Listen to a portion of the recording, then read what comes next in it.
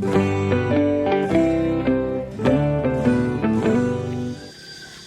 บายดีทุกคนอันนี้เลยเอาเจ้าอยู่ห้างกับแม่2 คนนะแม่2 คนเอาเจ้ามีไข่บอนี่มีน้ำดื่มบอ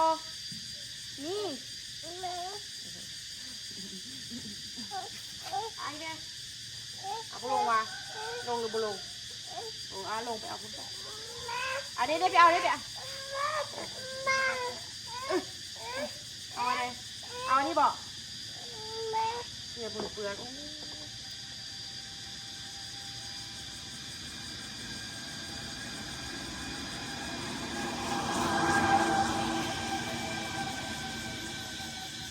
ยูฮานกอตัว2 คนนี่ไผ่ยู่เลยเนาะทุกคนเนาะตอนนี้ที่พากันมากวนฮานเมียนฮานฮะเอาเด้เอานี่มาไม่เอาผ่าเอาเด้อเอานี่มาไปเอานี่ไปกินน้ำมือเด้อ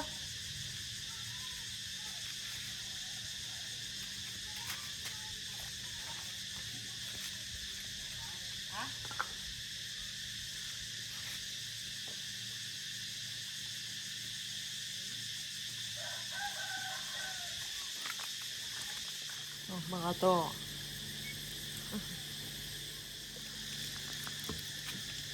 โต้ทางในตู้เด้อ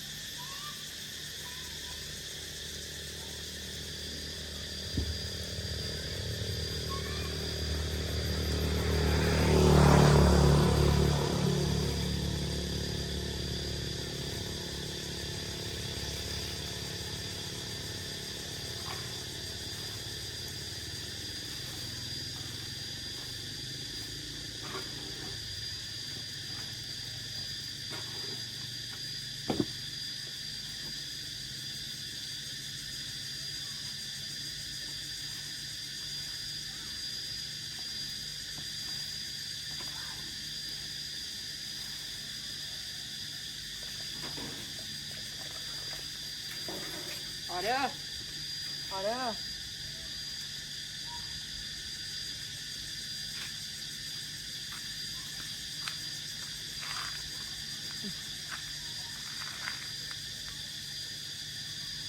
น้ำมูมีแล้วพอแล้วเนาะ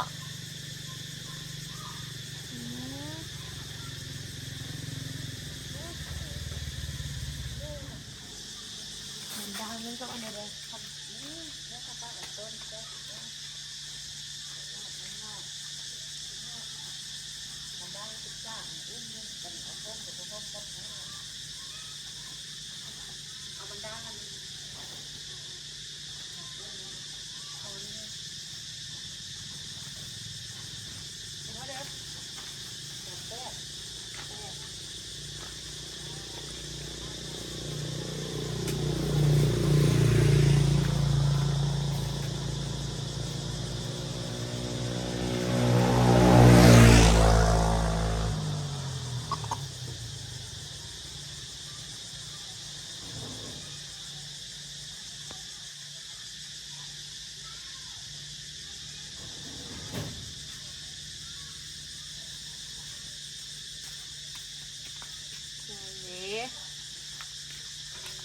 อยากแล้วอยากอาบน้ำจะเก็บทำทับ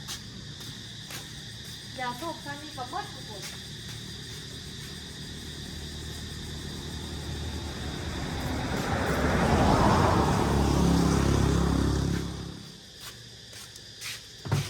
ยาสู้มีได้ขายดีขนาดในฮานี่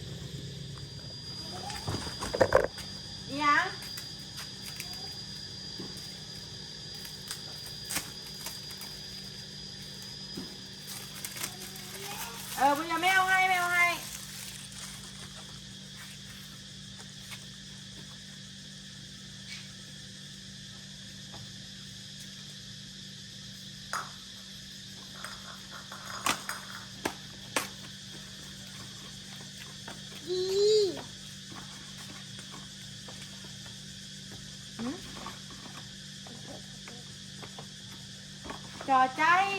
เดี๋ยวพี่ บอเบ้ เว้ย พอเพิ่ง บอกว่าเบบี้เบบี้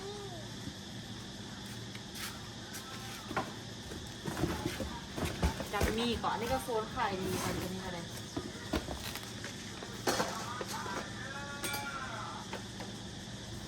นั่นนั่นเด็กเลยนะ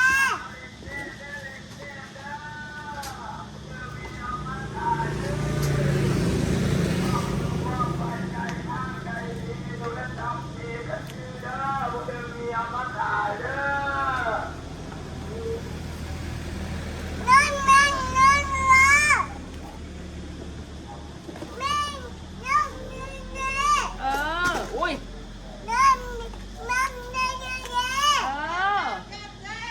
เพิ่นเอาผู้เดินเพิ่นบอกตามเข้าอันนี้ซื้อเล็กเด้อผู้เดินมีเอามาขายเด้อ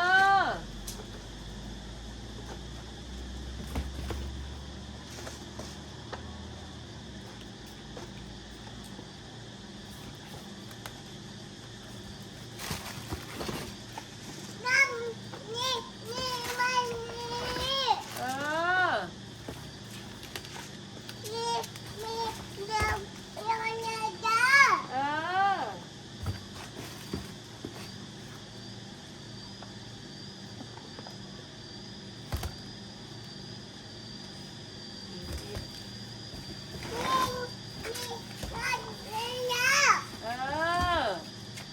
ผู้ใดมีเอามาขายเด้อ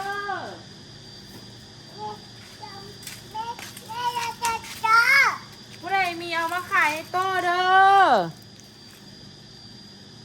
โอ้ย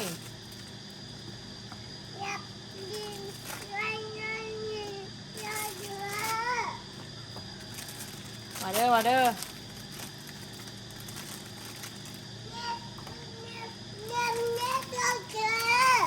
โอ้ย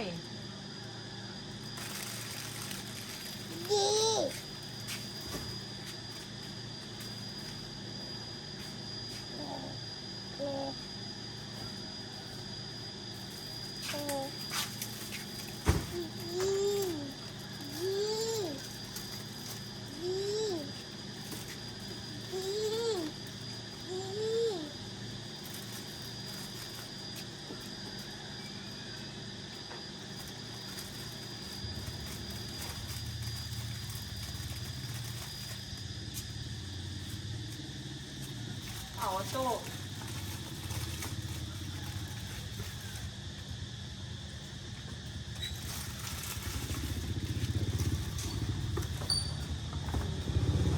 โต้ใส่เกือบแล้วเอาเกือบไปไว้เด้อ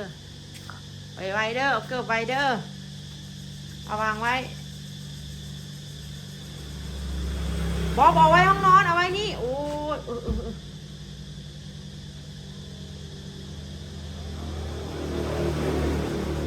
เอาไว้ห้องนอน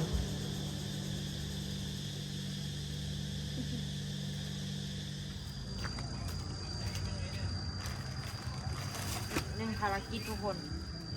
หายน้ำก้อนขายฮะ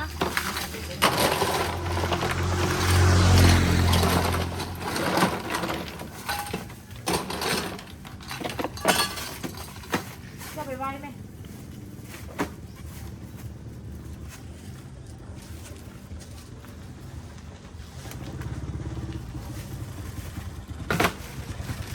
น้ำต้มก็มีอ่ะ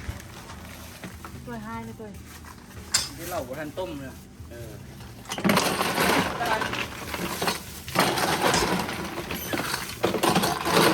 เราบ่ทันต้มเหรอ ฮะ เราต้มมีแต่เราบ่ทันต้มไม่40,000เลย เอามาเลยก่อน 40Ừ, ให้ทุกสาวค่ะทั้งสองตัว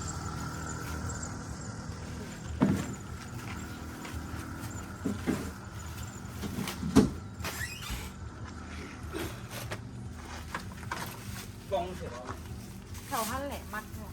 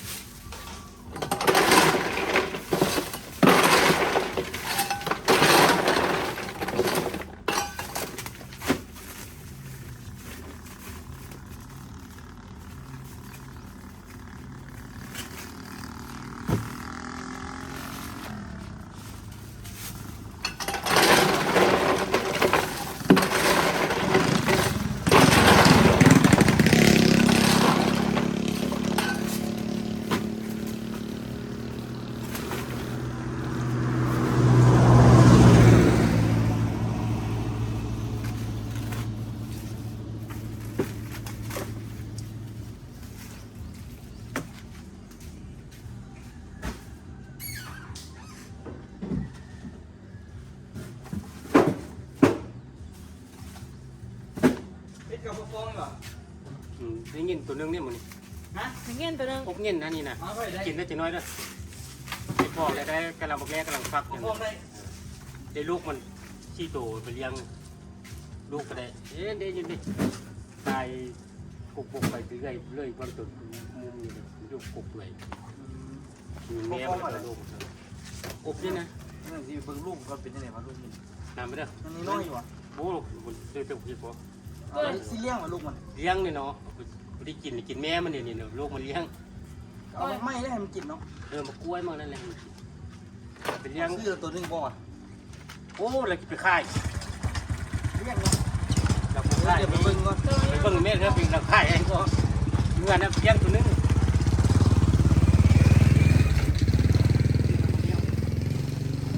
เดี๋ยวไปค้ากิน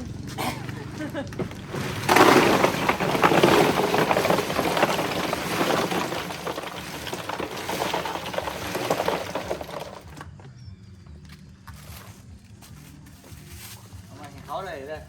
บ่ไหลเด้บ่ไหลเด้มันดีนะ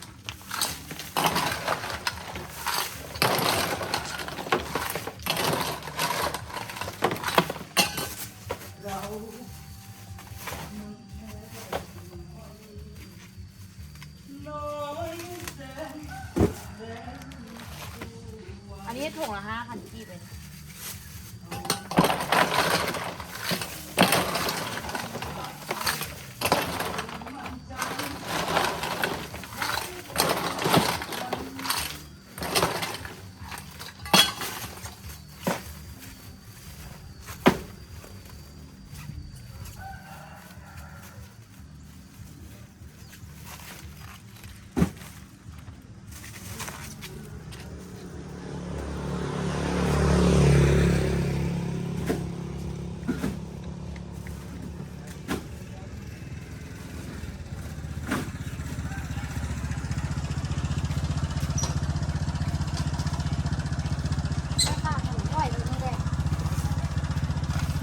ห้วยวะห้วยเอาไม่ตุ้ยเอาไม่มั่มเนี่ย มันลูกได้เมื่อไหร่ไม่ได้ยังตั้ง6 มือเนาะ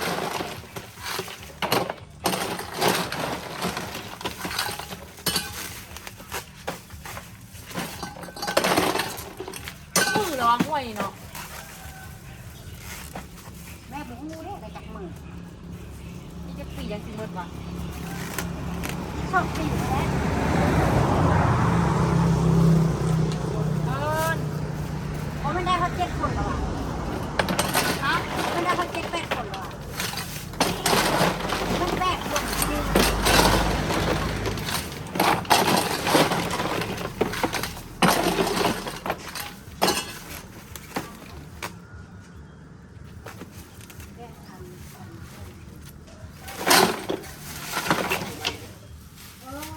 มืดอีนึงนี่แต่ว่าแม่ขายยาแม่ต้องเอามาฝากไว้คือก้น เนี่ยเบิ่งก่อน ด้านมันมืดลูกแม่ยังมืด ไปมื้อนี้ละ ขายมืด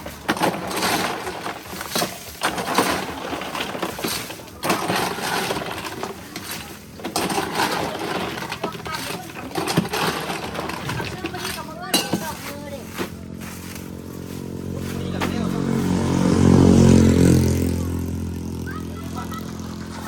ไปถึงก่อนไปส่งบัตรอยู่ เอาอันนั้นเอารถดีนะแม่ให้ขับนะ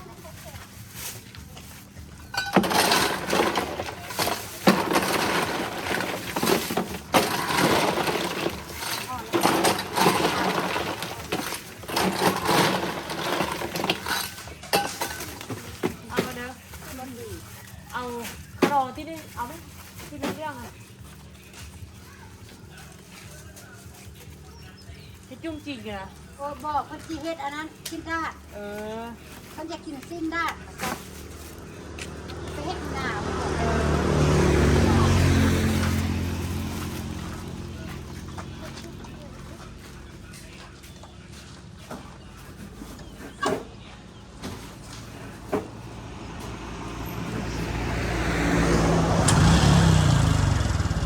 ไปแน่เลยห้อยห้อยหน้าตาก็แข็ง เ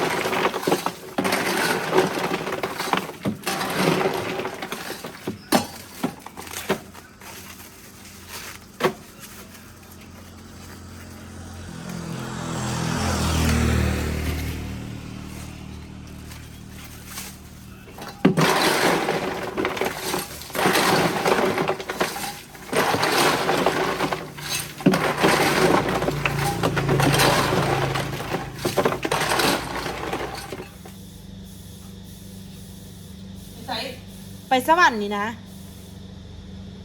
สวรรค์ จะว่าสิไปสวรรค์นะเขตน้ำค่อยต้องลงสิไปหรือบ่ไป ไม่ใช่เราไปเพราะล่ะ จะอยากไปก็ไป ถ้าเขาอยากไป โอเค ไปซะ เสียอยากไป บอกตรงๆมาโหลดนะบอกตรงๆโหลด เว้าตรงๆกันได้นี่โอ้ทุกคนเอ็มได้เสียงเพลงวันนี้ เดี๋ยวบอกมันออกจากใจจะโหลดนะ เคยว่าออกจากใจแล้ว เราอยากให้คอยไปน้ำ อู้เคยมื้อนั้นก็เว้ากันได้ว่าสิไปสุดท้ายจะก็บ่ไปเจ้าเว้าก็ไปกลับมาอยู่ ก็ไม่จัดไปน้ำไป จางว่า ขอ5 โอ้ 3 มื้อนึง อืม ใช่ปะ อืม ไปน้ำยี่นี่ไป2 คนบอกค่าน้ำมันบอกแฟงค่าน้ำมันเท่าไหร่ไปซื้อทรายได้แต่ว่าสองรถพุ่นน่ะ อืม เอาค่าน้ำมันไปขี่รถไปซื้อทรายอยู่บอก พอละไปบ๊ายบายทุกคนลาทุกคนไปก่อนตัวไปละจุ๊บลาเด้อเอาเพลงใกล้เด้อ ใจ เอาเพลงเต้า เจ้า เอาเพลงคอมเมนต์